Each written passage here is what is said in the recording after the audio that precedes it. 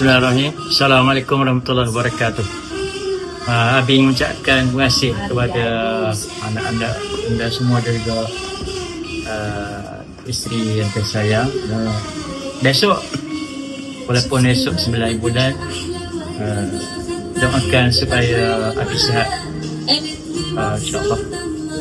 Doa sihat dia, tak perlu hadiah apa-apa. Terima kasih atas penyakit. Mudah-mudahan kita sentiasa di bawah lindungan dan rahmat Allah SWT.